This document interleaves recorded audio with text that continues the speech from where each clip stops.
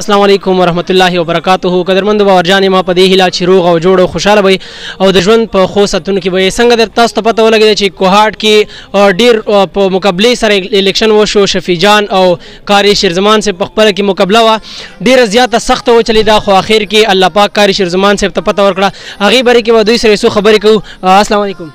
وعلیکم السلام ورحمۃ اللہ. قاری صاحب څنګه چل دی؟ خیر د صحت مخه ده. اول خو تاسو ډېره زیاته مهرباني چې دومره خلک تاسو راغلي دي، تاسو موږ ته دومره ټایم راکو او بیا تاسو ته ډېره مبارکي هم وایم. شکریا، زه تاسو شکریا ادا کوم. تاسو دلته راتلنو ډېر کافي انتظار مو وکړو، معذرت هم غواړم.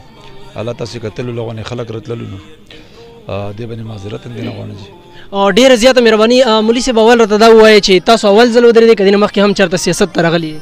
نه جي، موږ خو جمعیت علما اسلام ورکر یو. 25-30 سال نه د جمعیت علما اسلام خدمت کوو. جنرل سیکرټري 2 ځله جمعیت علما اسلام پاتې شوی یم. یو ستا باندې 2-3 ځله جنرل سیکرټري پاتې شوی یم د جمعیت علما اسلام.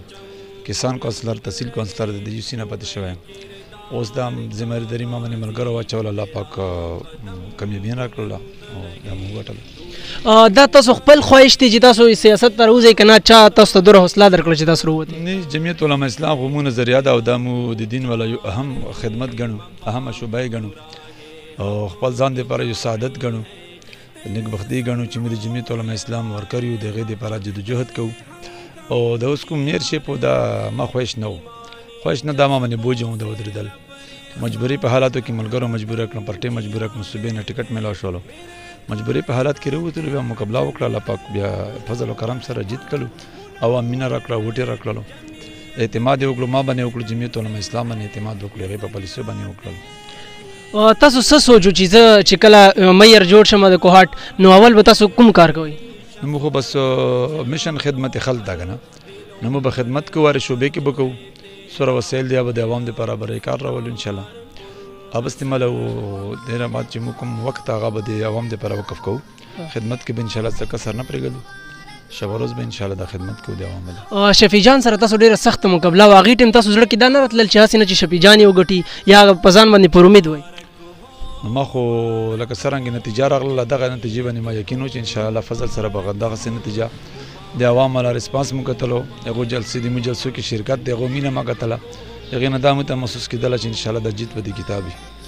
او دا ځل هر ځای کې چې کوم دی جیت د کتاب او پی ټي آی پیچ و د دې والا وجه څه وه؟ نو پی ټي آی چې کومې نااهلي ده او کومې پالیسۍ دي د کومو ټایم ته میلاو ده په کار خو دا نه وایي ته چې عوام میر کړی وای، د کومې پالیسۍ دي. او جمعیت علما اسلام چې کوم کردار ادا کړل او کوم کردار ده شفاف کردار ده، مزید بداغ ده، د هغې نه علاوه د قوم ترجماني، د غریب عوام ترجماني، د اسلام ترجماني، د مقاید جمعیت حضرت مولانا فضل الرحمن صاحب وکړله.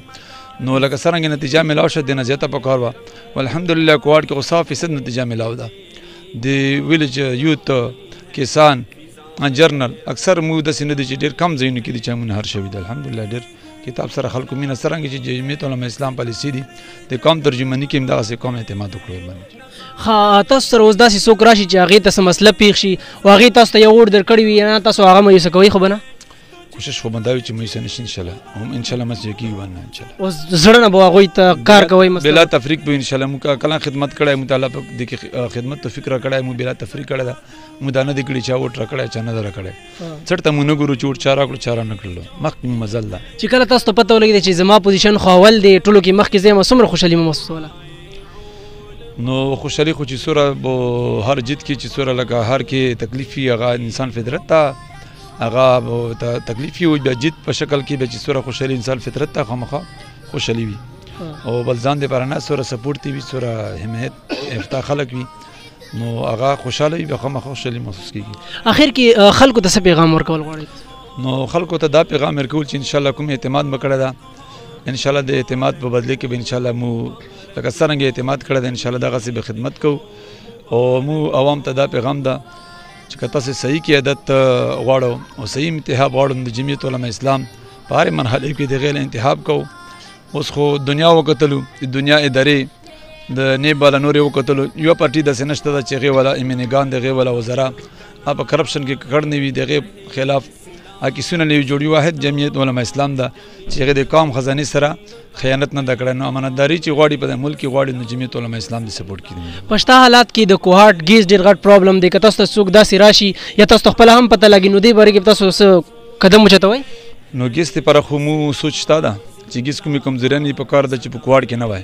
منتخب نمایندګان چې کوم دی مینی صاحب ده نور چې د غفلت نتیجه ده چې یو خو د ریلټي ولا فند دغه اوس پرې د کوهاټ ته نه ملويږي هغه په نور ضلعو کې لاګي پورا په صوبې کې لاګي کې پکې کې لاګي نو یو هغه د لپاره مو سوچتا چې هغه د لپاره ان شاء الله مو یو قومي جرګې په شکل کې جوړو د ما چونکې میرشپ خود ور اختیارات نه وي چې هغه د ګیس میکمن دی غونډر وي یا ګیس چته ولګي هغه د لپاره ان شاء الله आवाज هم چې ته وجود جهاد مکو هغه د لپاره ان شاء الله. زیولا بنګش زما په خیال لکه پند باره کې د خبره کړي او ک پی ټی آی وګټل نو هغه ته پورا پند ملاويږي او کنه بل چا وګټل هغه ته نیم پند ملاويږي.